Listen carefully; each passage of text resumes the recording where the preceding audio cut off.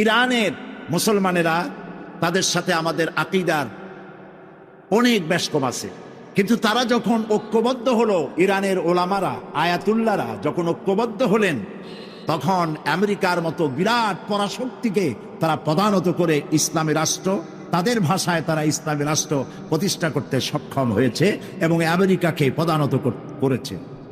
এখানে আয়াতুল্লাহ খমিনীর একটি কথা আমার মনে পড়ে, কি সাহস তা! ইমান আকীদা যাই থাকুক, আকীদার প্রশ্নে আমরা আপোষ করব না, কিন্তু এই কথাটা তো বলতেই পারি। যখন আমেরিকা তাকে বলেছিল যে আমার দূতাবাস থেকে যে 56 জনকে গ্রেফতার করা হয়েছে আমেরিকান, এদেরকে ছেড়ে দাও, তা না হলে তোমার খাদ্য রসদ আমেরিকা থেকে যত সাহায্য যায় সব বন্ধ করে দেওয়া হবে। আয়াতুল্লাহ খমেনী জবাব দিয়েছিলেন আমেরিকান প্রেসিডেন্টকে, তুমি কারে খাবারের ভয় দেখাও? যেই জাতির বছরে 1 মাস না খাইয়া থাকা ফরজ, সেই জাতি তোমার খাবারের অপেক্ষা করবে?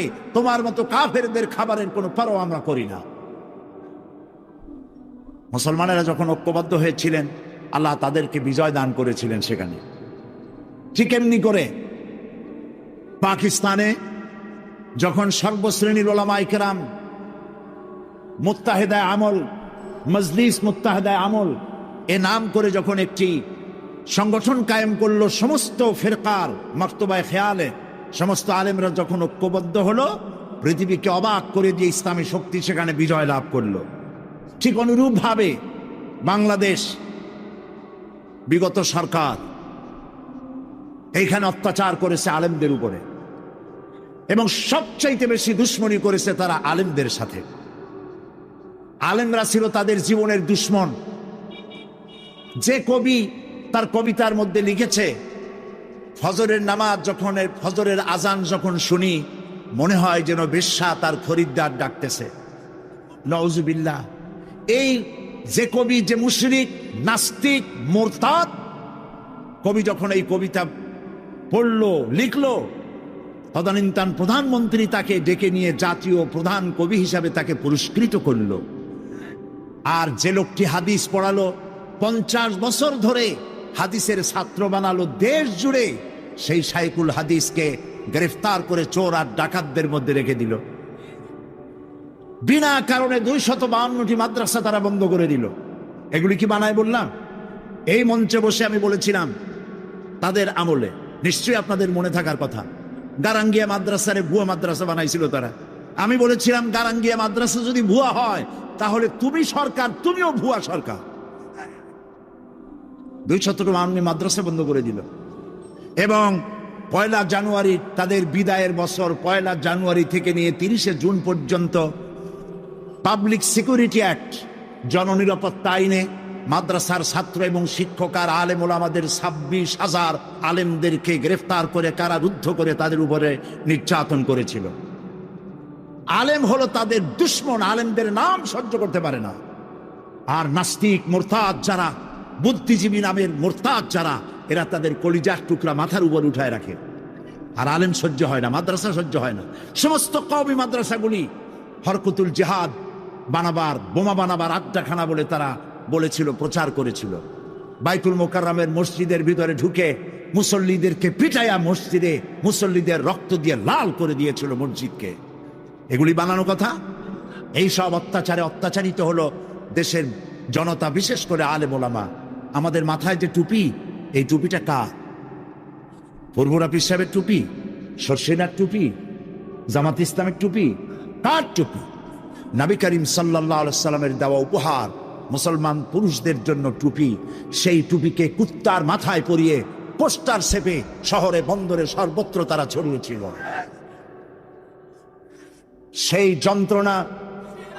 যন্ত্রণা সহ্য করতে না পেরে দেশের সমস্ত ওলামায়ে কেরাম ঝুঁকি নিলেন, জীবনের ঝুঁকি নিলেন।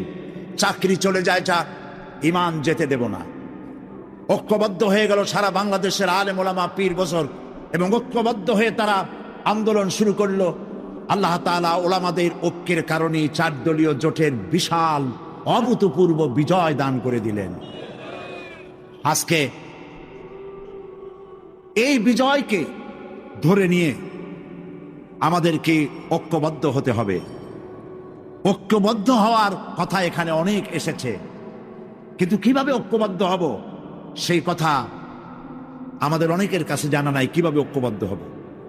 আমি হযরত মাওলানা মুফতি সাইদ আহমদ সাহেব ওস্তাজুল আসাতিজা, আমি যা বলতে চাইছিলাম, এমনি আমি ফকির মানুষ, আমার ঝুলি খালি, আমি যা বলতে চাইছিলাম তা অনেক তিনি বলে ফেলেছেন। এখন আমি ফকির মানুষ কি বলবো আল্লাহই জানে। তিনি যে কথাগুলি বলেছেন অত্যন্ত গুরুত্বপূর্ণ কথা বলেছেন। এদেশে ওলামাদের ঐক্য নাই, এ কথা ঠিক নয়। ওলামাদের ঐক্য বহুলাংশে প্রতিষ্ঠিত হয়েই গেছে আলহামদুলিল্লাহ। এখন আগের মতো অত ফতোয়াবাজি নাই, এখন ঐক্যের প্ল্যাটফর্ম গড়ে উঠতেছে আলহামদুলিল্লাহ বলি। মার এসেছে পৃথিবী জুড়ে, মারের চোটে ঐক্যবদ্ধ হওয়াই লাগবে। বুশ মারা শুরু করেছে, এ মার আমাদের পাওনা ছিল। এটা আসতে বলতেছি, আপনাদের কানে কানে বলতেছি। বুশের আশা খারাপ হয় নাই, আশা দরকার ছিল। ওমা আসাবাকুম মিন মুসিবাতিন ফাবিমা কাসাবাত আইদিকুম। মার খাইতেছো দুই হাতের কামাইয়ের কারণে। একজনে বিবাহ করছিল, কিন্তু বউ তার কাছে আসে না। 1 মাস 2 মাস 3 মাস চলে যায়, বেচারা খুব অসহায় হয়ে পড়লো। এত টাকা খরচ করলাম, তারপরে তাবিজের শরণাপন্ন হলো, দোয়ার শরণাপন্ন হলো, কোনো কাজ হয় না। সর্বশেষ এক বুজুর্গ ব্যক্তির কাছ থেকে চিনি পড়া নিয়ে পানের মধ্যে ঢুকাইয়া খাওয়াইছে। রাত দুপুর 2:30-3টা বাজে হঠাৎ করে বউ গলা জড়ায় ধরছে স্বামী। স্বামী বলছে যে আল্লাহ, এই শেষের হুজুরের চিনি বড়া কামে লাগছে। বউ কয় যে কি চিনি বড়া কামে লাগছে, ঘরে চোর ঢুকছে তাই বয়তে গলা জড়ায় ধরছে। বাড়িওয়ালা বলতেছে, স্বামী বলতেছে, আয় চোর, मैं तुझे खैर मकदम कहता हो, तू हर रोज मेरे घर पे आया कर। তুই আমার বাড়িতে রেডিও টেলিভিশন ফ্রিজ যা আছে সব নে, প্রত্যেক দিন আসবি, তাহলে আমার প্রিয়াকে আমার গলার সাথে পাবো। কাজী বুশ আর আসার কারণে আর যাই হোক, একটা কাজ তো হয়েছে। পৃথিবীর 130 কোটি ঘুমন্ত সিংহ জাগ্রত হয়েছে। আল্লাহু আকবার বলি। আকীদা বিশ্বাসের দিক থেকে তাওহীদ যদি হয় পুরা দ্বীনের মূল উৎস, তাহলে আমলের দিক থেকে নামাজ হচ্ছে পুরা দ্বীনের মূল ভিত্তি। নামাজ হচ্ছে আমলের মূল ভিত্তি। এর বাস্তবায়ন ছাড়া দ্বীন পূর্ণ হয় না। নামাজ মুমিনের কেবলমাত্র একটি উত্তম আমলই নয়, বরং নামাজ হচ্ছে ঈমানের মূল ভিত্তি। যার কাছে নামাজ নাই তার কাছে কিছুই নেই। রাসূল করিম সাল্লাল্লাহু আলাইহি ওয়াসাল্লাম বলেছেন যে নামাজ যে ব্যক্তি পড়ে না, আল্লাহ পাকের সাথে তার কোনো সম্পর্ক বাকি থাকে না। সুতরাং এই নামাজটা হচ্ছে এই যে একমাত্র একাগ্র চিত্তে আদবের সাথে আল্লাহর সামনে রুজু হয়ে যাওয়া। কোরআনে কারীম বলছে, মুনিবিনা ইলাইহি ওয়াত্তাকুহু ওয়া আকিমুস সালাতা ওয়া লা তাকুনু মিনাল মুশরিকিন। তোমরা আল্লাহর দিকে রুজু হয়ে যাও এবং তাকে ভয় করে অন্যায় কাজ থেকে বিরত থাকো, আর নামাজ কায়েম করো। মুশরিকদের অন্তর্ভুক্ত হয়ে যেও না। নামাজ কায়েম করা, নামাজের আদেশ কোরআনে কারীমের মধ্যে আল্লাহ পাক বহু জায়গায় করেছেন। ঈমানের পর নামাজই হচ্ছে সবচেয়ে বড় জরুরি। একজন মানুষ ঈমান আনলো, যেমন কালকে একজন ঈমান এনেছে। ঈমান আনার সাথে সাথে তার প্রথম কাজ কি বলুন? বলেন প্রথম কাজ কি? ফজরের নামাজের আগে একজন ইসলাম কবুল করলেন, তার প্রথম দায়িত্ব নামাজকে আদায় করে দেওয়া, ফজরের নামাজ পড়া। জোহরের আগেই কেউ ঈমান আনলো, তার প্রথম দায়িত্ব জোহরের নামাজ আদায় করা। আসরের নামাজের আগে ঈমান এনেছে, তার প্রথম দায়িত্ব হলো আসরের নামাজ আদায় করা। তার মানে হলো ঈমান আনার পর একজন ঈমানদারের প্রথম দায়িত্ব হচ্ছে নামাজ। গুরুত্বপূর্ণ বিষয়, খুব ভালো করে শুনতে হবে, ইয়াদ রাখতে হবে প্রত্যেকটি মুসলমানের। এই নামাজ কি জিনিস, কেমনে আদায় করতে হবে, আদায় না করলে কি হবে, গুরুত্বপূর্ণ এই কথাগুলি প্রত্যেকের স্মরণ রাখতে হবে। কিয়ামতের দিন মানুষ যে জাহান্নামে যাবে, জাহান্নামের জন্য জাহান্নামে যে সব কারণে যাবে তার মধ্যে বড় কারণ কালকে বলেছিলাম, দেখি মনে আছে নাকি? বড় কারণ কয়টা? কয়টা? আলহামদুলিল্লাহ মনে আছে। আল্লাহ রাব্বুল আলামিন বলেন, ইয়াতাসাআলুনা আনিল মুজরিমিন। কিয়ামতের দিন অপরাধীদেরকে জিজ্ঞেস করা হবে, মা সালাকাকুম ফি সাকার, জাহান্নামে কেন আসছো? জবাবে তারা বলবে, ক্বালু লাম নাকু মিনাল মুসাল্লিন ওয়া লাম নাকু নুতঈমুল মিসকিন, নামাজ পড়ি নাই আর এতিম মিসকিনদের খেতে দেই নাই, এই কারণেই জাহান্নামে এসেছি। কল নাউযুবিল্লাহ। নামাজ যারা পড়বে না জাহান্নামে যেতে হবে। কোথায় যেতে হবে? আকীদাগত দিক থেকে ঈমান হলো তাওহীদের স্বীকৃতি, আর আমলের দিক থেকে নামাজ হচ্ছে তাওহীদের বহিঃপ্রকাশ। আপনি মুসলমান তা প্রমাণ হবে নামাজ দিয়ে। নামাজহীন ঈমানের দাবি মূল্যহীন। যার নামাজ নাই তার ঈমানের দাবি করার কোনো মূল্যই নেই। অনেক এরকম কথা বলে, হুজুর আমি মানুষটা নিতান্ত খারাপ, যাই মনে করে গ্রামে রাস্তা বানাইছি, ব্রিজ করে দিয়েছি, কালভার্ট করেছি, এতিম মিসকিনরে তাও মাঝে মধ্যে খাবার দেই, বিধবারে কাপড় চোপড় দেই, মানুষটা আমি নিতান্ত খারাপ না, তবে এই মাঝে মধ্যে একটু নামাজ পড়ি না, তাতে কি আমার ঈমান নষ্ট হয়েছে নাকি? আমি বলি ভাই ঈমানই তো নাই, নষ্ট হবে কি? ঈমান থাকলে না নষ্ট হবে? ঈমান নাই। সুতরাং একজন মুসলমান যদি নামাজ না পড়ে নিজেকে মুসলমান বলে দাবি করার কোনো হক তার না, দাবি করার অধিকার নেই। নামাজ হচ্ছে জিন্দেগি, নামাজটাই মূলত জিন্দেগি। নামাজটা কি? জিন্দেগি। আল্লাহ রাব্বুল আলামিন শিখাচ্ছেন, কুল ইন্না সালাতি ওয়া নুসুকি ওয়া মাহইয়ায়া ওয়া মামাতি লিল্লাহি রাব্বিল আলামিন। মুহাব্বতের সাথে সবাই পড়েন, কুল ইন্না সালাতি ওয়া নুসুকি ওয়া মাহইয়ায়া ওয়া মামাতি লিল্লাহি রাব্বিল আলামিন। বলো আমার নামাজ, বলো আমার নামাজ, আমার কোরবানি, আমার হায়াত, আমার মত সবকিছুই আল্লাহ রব্বুল আলামিনের জন্য নিবেদিত। আমার বেঁচে থাকা, আমার মরে যাওয়া সব আল্লাহর জন্য। সে আল্লাহ রব্বুল আলামিন, তার জন্য সবকিছু নিবেদিত করতে হবে। আল্লাহ পাকের গোলাম আমাদের বানিয়েছেন, আল্লাহ আমাদের গোলামি করা লাগবে। আর গোলামির নমুনা যাকাত দিয়া, হজ দিয়া, দান দিয়া, সদকা দিয়া, কোন জিনিস দিয়ে নামাজের মতো গোলামির উৎকৃষ্ট প্রমাণ বা নমুনা আর কিছুতে নাই। আমি যে গোলাম তার উৎকৃষ্ট প্রমাণ হচ্ছে নামাজ। নামাজেই একটা মানুষ গোলামির অনুভূতিতে তাকে নিয়ে যায়। বাদশাহ হোক, মন্ত্রী হোক, পীর হোক, মৌলানা হোক, মুহাদ্দিস হোক, বড় লোক হোক, গরিব হোক, পুরুষ হোক, নারী হোক, যেই হোক, নামাজে দাঁড়াইলো একেবারে কান্ডারে ধরিয়া, কানের কাছে হাত দিয়া, হাত দুটো বাঁধিয়া, মাথা নিচের দিকে দিয়ে দাঁড়ায় গেল। কিসের মতো? আসামির মতো, গোলামের মতো। সুবহানাল্লাহ। এদিক ওদিক তাকাইতে পারবা না, চোখটা থাকবে সেজদা যেখানে দিবা সেখানে। তাকানো নিষেধ, সেজদার দিকে তাকাও। এরপরে যখন রুকুতে গেলেন, গোলামির নমুনা হয়ে গেল। গোলামের এরকম মাথা নিচু করে থাকতে হয় প্রভুর সামনে।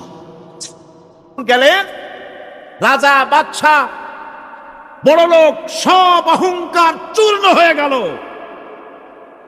নাক আর কপাল দিয়া আমার মাবুদের দরবারে মাথাটা লাগাই দিলাম জমিনের উপরে। সুবহানাল্লাহ।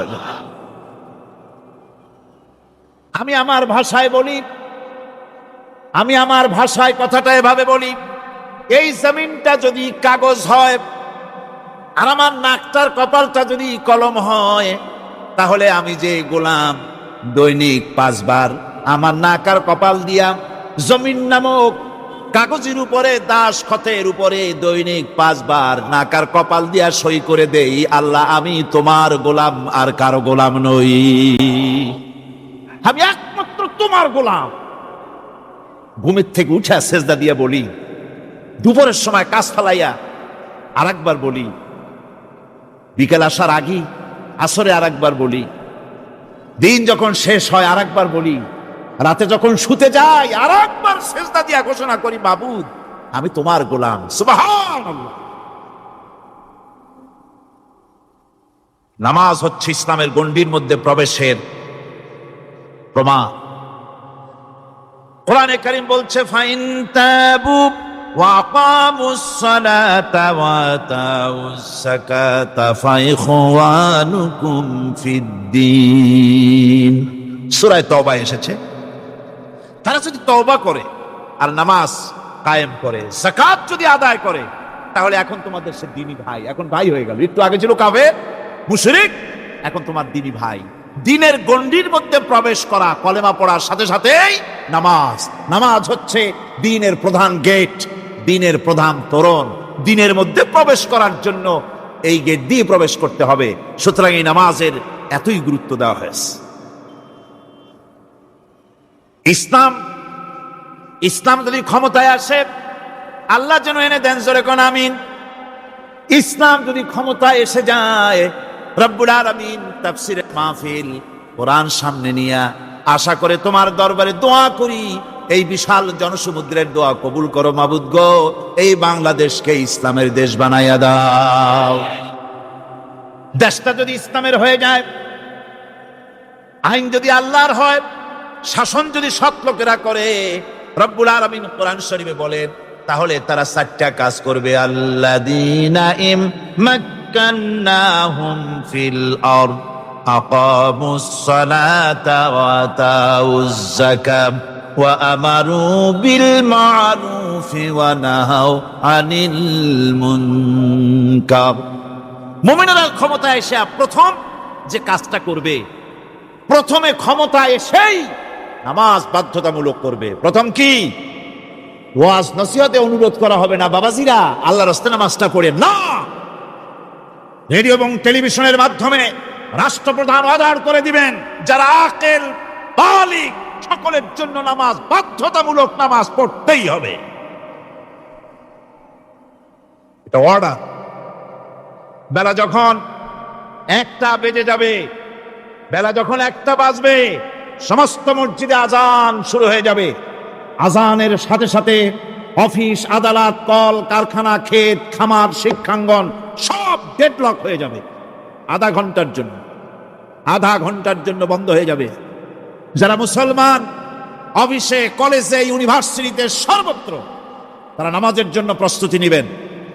আধা ঘন্টার ভিতরে নামাজ আর খানা সেরে আবার কলেজ চলবে, বিশ্ববিদ্যালয় চলবে, কল চলবে, কারখানা চলবে, ক্যান্টনমেন্ট চলবে, সেক্রেটারিয়েট চলবে, সব আপন গতিতে চলতে থাকবে। আল্লাহর রহমত, বরকত আকাশ থেকে নাজিল হয়ে যাবে। আর এই অর্ডার যে দেওয়া হবে, নামাজ পড়বেন, সেখানে থানায় যখন আজান হবে, থানায় আজান হয়ে গেছে, থানার স্টাফ, পুলিশ যারা আছে জামাতে খাড়া হয়ে যাবে, ইমামতি করবেন ওসি সাহেব।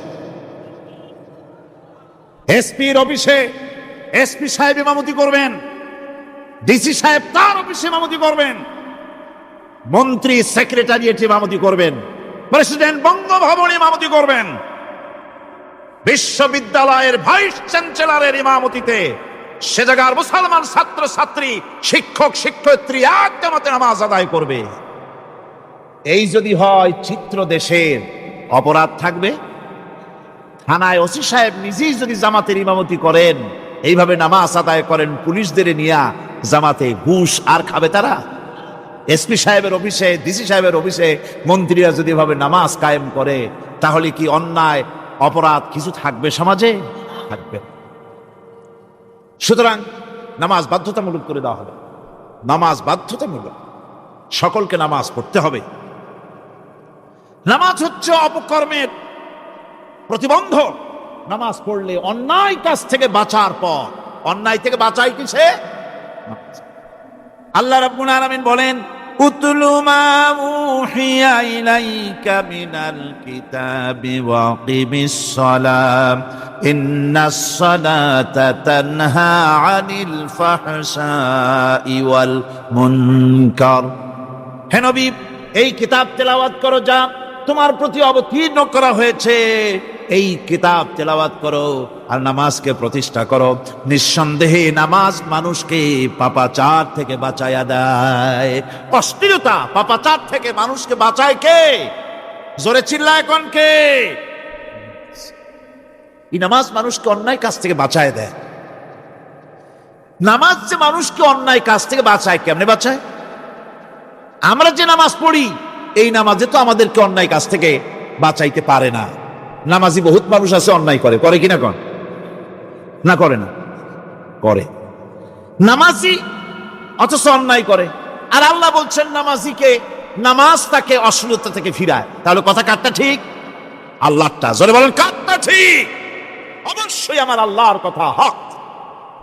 আমি ভুল করতেছি, আমি যেন কোথাও ভুল করতেছি, সামথিং ইজ রং, কোথাও যেন আমরা ভুল করে বসতেছি, সেই ভুলটা কি আমরা আবিষ্কার করতে চেষ্টা করবো ইনশাআল্লাহ। প্রথম যে কথাটা সেটা হচ্ছে এই যে আমরা যা নামাজে পড়ি আমরা তা বুঝি না। কথা ঠিক কিনা? আমি যদি এখন প্রশ্ন করি সামি আল্লাহু লিমান হামিদা অর্থ কি কোন, ফার্স্ট ডিভিশনে কয়েকটা লেটার নিয়ে ফেল করবেন এরকম লোক আছেন না নাই? সুবহান রাব্বিয়াল আলা অর্থ কি জানি না, সুবহান রাব্বিয়াল আযীমের অর্থ কি জানি না, দোয়া কুনুত অর্থ কি জানি না, তাশাহুদ অর্থ কি জানি না, সূরা ফাতিহার অর্থ কি জানি না। এমন কি উযুর মধ্যে কয়টা ফরজ তাও অনেকের জানা নাই। কথা কি বেশি বললাম না ঠিক বলছি? একজনে জিজ্ঞেস করলো, মিয়া উযুতে কয় ফরজ? হুজুর কি মনে করেন এটা বুঝি জানি না, এটা তো সাধারণ ব্যাপার, বলেন না কয় ফরজ? উযুতে তো 17 ফরজ। কি কি কয়? হাত ধোয়া, পাও ধোয়া, মুখ ধোয়া, নাক ধোয়া, চোখ ধোয়া, জিহ্বা ধোয়া, মাথা ধোয়া। বলতে বলতে গুনে দেখা গেল প্রায় 19টার মতো বলছে। বলা হলো, মিয়া বললেন আপনি উযুতে ফরজ 17টা, কইলেন আপনি 19টা। কয় হুজুর জানি আরো, বলি না আপনাদের ভয়তে।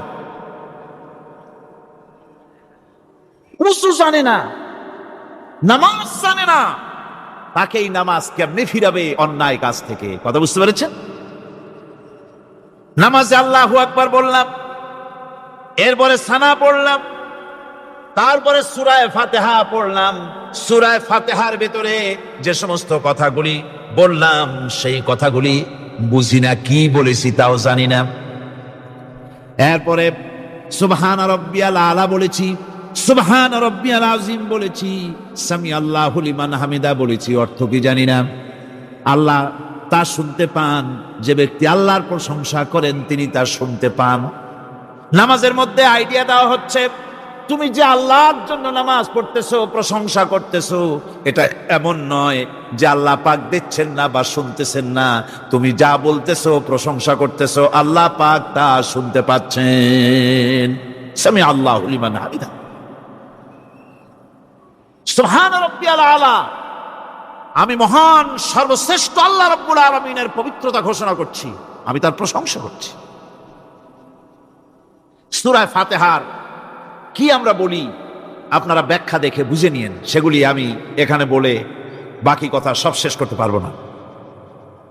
নামাজে কি পড়েন সেটা যদি জানতেন, অবশ্যই আল্লাহ রাব্বুল আলামিনের কথা কার্যকরী হয়ে যেত।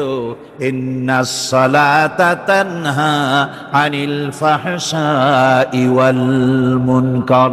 নামাজ মানুষকে পাপের কাজ, অশ্লীলতা থেকে ফিরাতে পারে। আল্লাহ ইন্না বসায়ছেন, নিশ্চয়ই, বেশক, অবশ্যই নামাজ পাপ থেকে ফিরাবে। কিন্তু কেমনে ফিরাবে নামাজ তো বুঝি না, নামাজ তো বুঝি না। খালি সেজদা দেয় জনমের মতো। আর সেজদা কি? নামাজে যদি দেখে ইমাম দেরি করতেছে, আত্তাহিয়াত পড়তে দেরি হয়ে যাচ্ছে, পিছন থেকে সিগন্যাল মারে, ঠিক কিনা? বেয়াদব, বেয়াদব। তোমার নামাজ, তোমার আত্তাহিয়াত আগে শেষ হয়েছে, তাতে কি হয়েছে? চুপ করে বসে থাকো। ইমামকে কাশি দিয়া সতর্ক করার অধিকার তোমার নাই। যদি ইমামকে সতর্ক করার জন্য কাশি দিয়ে থাকো, তোমার নামাজ ফাসেদ হয়ে যাবে। এটা ফাজলামি করার জায়গা না, এটা নামাজ। এর নাম কি? ধীরে সুস্থে নামাজ পড়তে হবে। অনেকে মসজিদটারে মনে করে জেলখানা, ঢুকতে যত দেরি, বেরোতে পারলে যেন বাসে যান ছটফট করে। সিনেমার মধ্যে গিয়ে ঘন্টার পর ঘন্টা বসে থাকে, খারাপ লাগে না? মসজিদে কেরাত যদি একটু লম্বা পড়ে, পিছনে বসে খালি কি যে করে মনে মনে বলতে থাকে যে ইমাম এমন কাঁচা ছাড়া ছাড়ি না। আর গান যখন শোনে শুনতেই থাকে, কত মজা, ঘুম আসে না। নাউযুবিল্লাহ। সুতরাং নামাজে কি পড়েন সেটা আপনাকে বুঝতে হবে। সঠিকভাবে নামাজ পড়ার পরও যদি কোনো মানুষের সঠিকভাবে, ভালো করে শোনেন, সঠিকভাবে নামাজ পড়ার পরেও যদি কোনো মানুষ পাপের থেকে না ফেরে, তাহলে বুঝতে হবে একথা, পানি আর সাবান দিয়া কাপড় ধুলে কাপড়ের ময়লা যাবে, কিন্তু পানি আর সাবান দিয়া কয়লা জনমের মতো ধুইলেও কয়লার ময়লা যাবে না। কথা বুঝে আসছে? এর থেকে আর উত্তম দৃষ্টান্ত আমার কাছে নাই। নামাজ পড়ার পরেও যদি চরিত্র ভালো না হয়, বুঝতে হবে নামাজ হচ্ছে না, কাঙ্ক্ষিত মানের নামাজ আদায় হচ্ছে না। আল্লাহর নবী বলেছেন, যার নামাজ পাপ কাজ হতে ফিরাতে পারলো না, তার নামাজ নামাজি নয়। আবার শুনুন, রাসূল বলছেন, যার নামাজ তাকে পাপের কাছ থেকে ফিরাতে পারলো না, তার নামাজ নামাজ নয়, ওটা নামাজ হয় নাই, যার জন্য তার পাপ থেকে তারে ফিরাইতে পারছে না। আর কিয়ামতের দিন বেনামাজিরা সবচাইতে বেশি অপমানিত হবে। সবচাইতে বেশি অপমানিত হবে কারা? বেনামাজিরা। কিভাবে? يوم يكشف عن ساق ويدعون إلى السجود فلا يستطيعون। সেদিন কঠিন সময়, আল্লাহ রাব্বুল আলামিন লোকদেরকে সিজদা করার জন্য বলবেন, কিন্তু যারা বেনামাজি ছিল দুনিয়ায়, তারা সিজদা দিতে পারবে না। বলেন নাউযুবিল্লাহ। অবস্থাটা কি হয়? خاشعة أبصارهم ترهقهم ذلة। তাদের দৃষ্টি নিচু হবে, লাঞ্ছনা এবং অপমান তাদের উপরে চেপে বসবে, সিজদা দিতে পারবে না। আল্লাহ আমাদেরকে ক্ষমা করুন। কিয়ামতের দিন হযরত আদম আলাইহিস সালাম থেকে শুরু করে পৃথিবীর সমস্ত মানুষের সামনে আল্লাহ রাব্বুল আলামিন সিজদা করার জন্য অর্ডার করবেন। যারা নাকি বেনামাজি, ওরা আল্লাহর দরবারে সেদিন সিজদা দিতে পারবে না, লাঞ্ছিত, অপমানিত হবে। যারা কন নাউযুবিল্লাহ।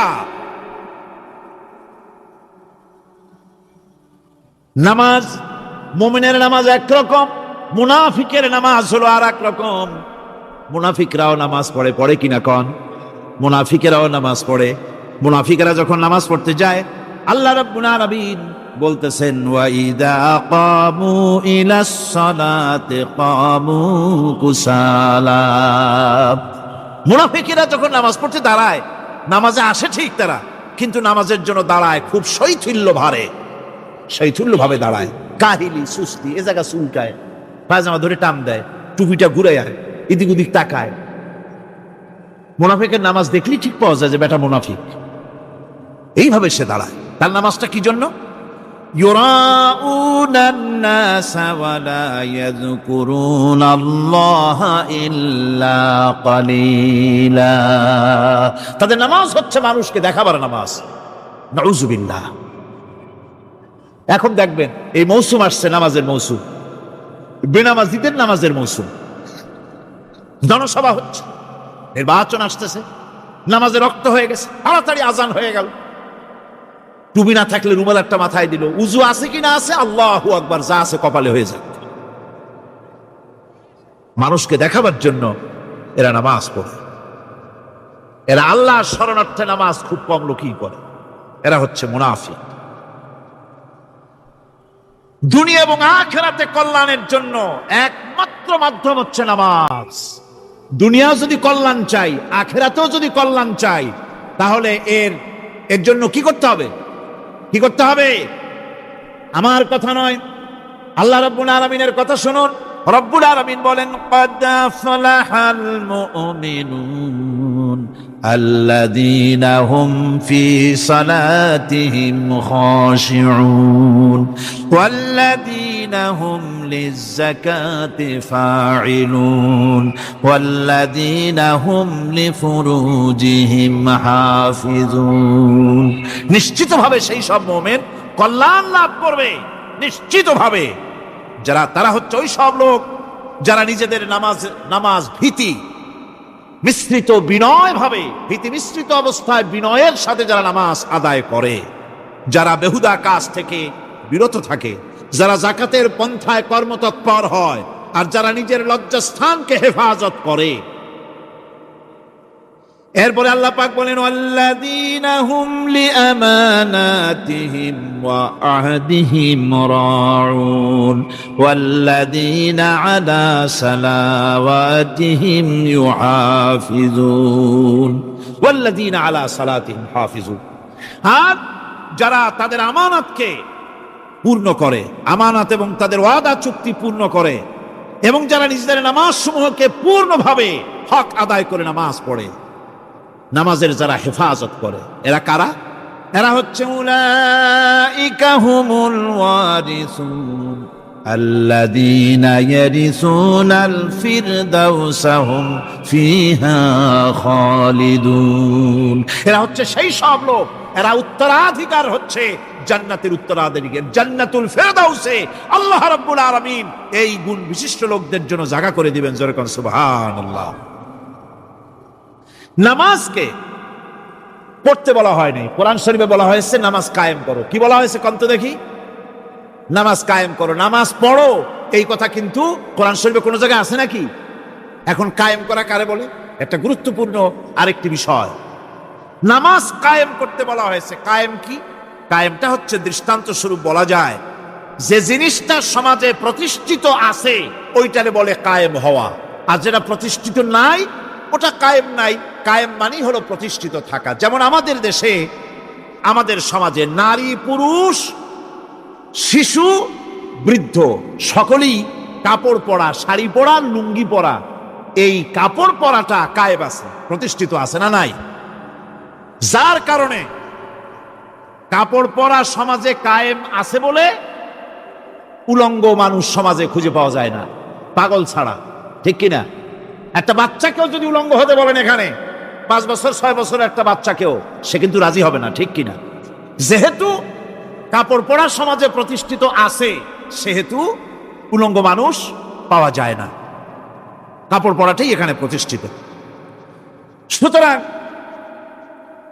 এখন অবস্থাটা এই হয়েছে, কাপড় পরা প্রতিষ্ঠিত আছে বলে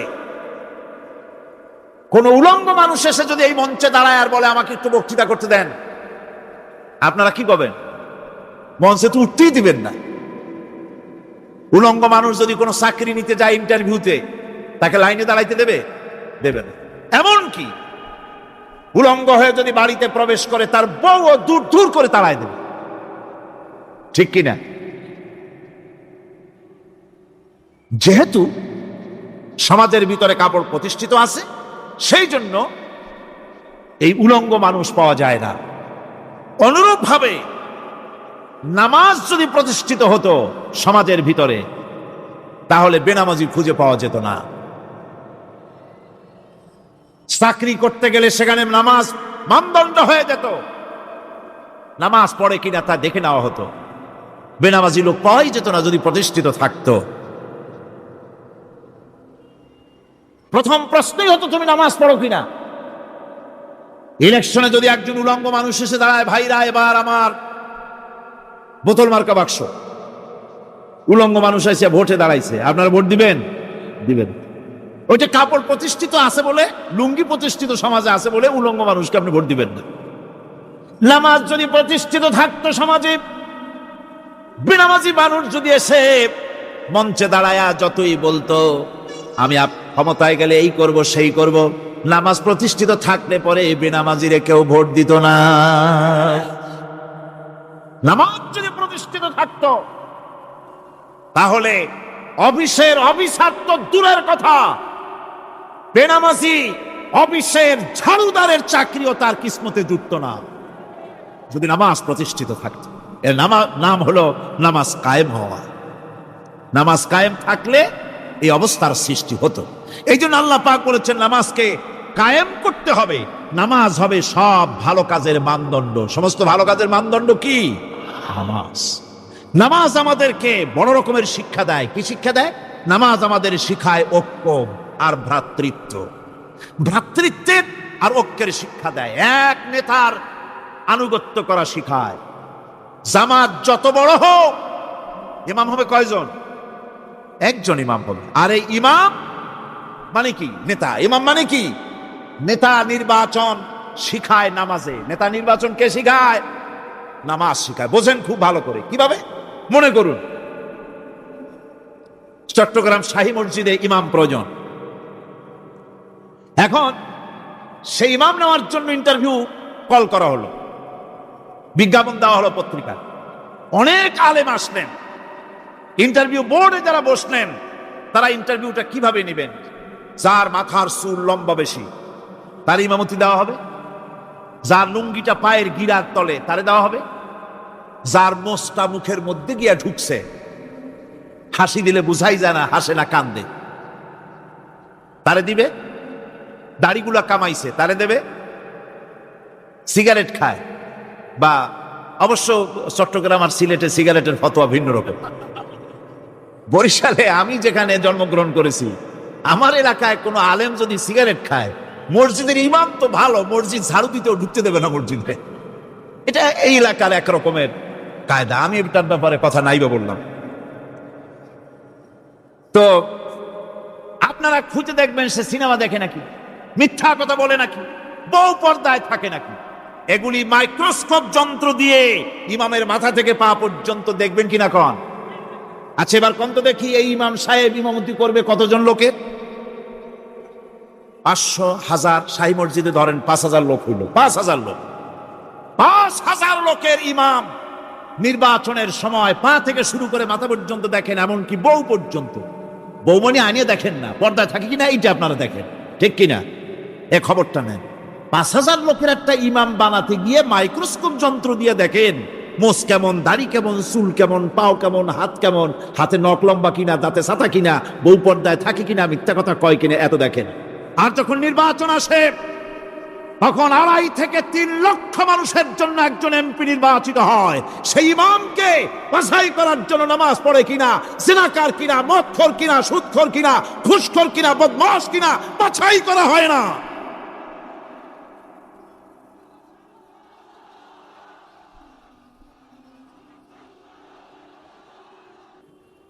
নামাজ আমাদেরকে এটা শিখায়, ইমাম কেমনে বানাইতে হবে। কন সুবহানাল্লাহ। নামাজ ঐক্য শিখায়, নামাজ ভ্রাতৃত্ব শিখায়, নামাজ পারস্পরিক মহব্বত শিখায়, নামাজ নেতা কেমন হওয়া উচিত, নেতা নির্বাচন শিখায়। আবার নেতা ভুল করলে তার ভুল বলা যাবে না, এরকম হতে পারবে না। নামাজের ভিতরে ইমাম যদি ভুল করলে আপনি লোকমা দিবেন, সুবহানাল্লাহ, আল্লাহু আকবার বলবেন। যদি তিনি সংশোধন না হলেন আবার দেন, তাতেও সংশোধন হলো না আবার দেন। 3 বার লোকমা দেওয়ার পর যদি ভুল সংশোধন না করে নামাজ ছেড়ে দেন, ইমামকে বের করে দেন, নতুন ইমাম নিয়োগ করুন। যারা ক্ষমতায় যাবে, আপনি রাষ্ট্রের ইমাম যারে বানাবেন, সেই রাষ্ট্রীয় ইমাম যদি জনগণের ইচ্ছার বিরুদ্ধে যদি চলে, 1 বার লোকমান দেন, 2 বার লোকমান দেন, 3 বার দেন, তারপরেও যদি না নামে, খাট ধরে নামেন। নামাজ আপনাকে নেতা নির্বাচন, নেতাকে প্রতিষ্ঠিত রাখা, নেতার আনুগত্য আপনাকে শেখায়। নামাজ লাইন সোজা করে দাঁড়াতে হবে। লাইন যদি বাঁকা করেন, আপনার কলজেটা ওরকম বাঁকা হয়ে যাবে। নাউযুবিল্লাহ। নামাজের কাতারে যার কারণে নামাজের কাতার বাঁকা হবে, পুরা কাতারের জন্য আল্লাহর কাছে ওই লোকটা দায়ী হয়ে যাবে। নামাজ শৃঙ্খলা শিখায়। সুবহানাল্লাহ কইতে ইচ্ছা করে না? নামাজ শৃঙ্খলা শেখায়।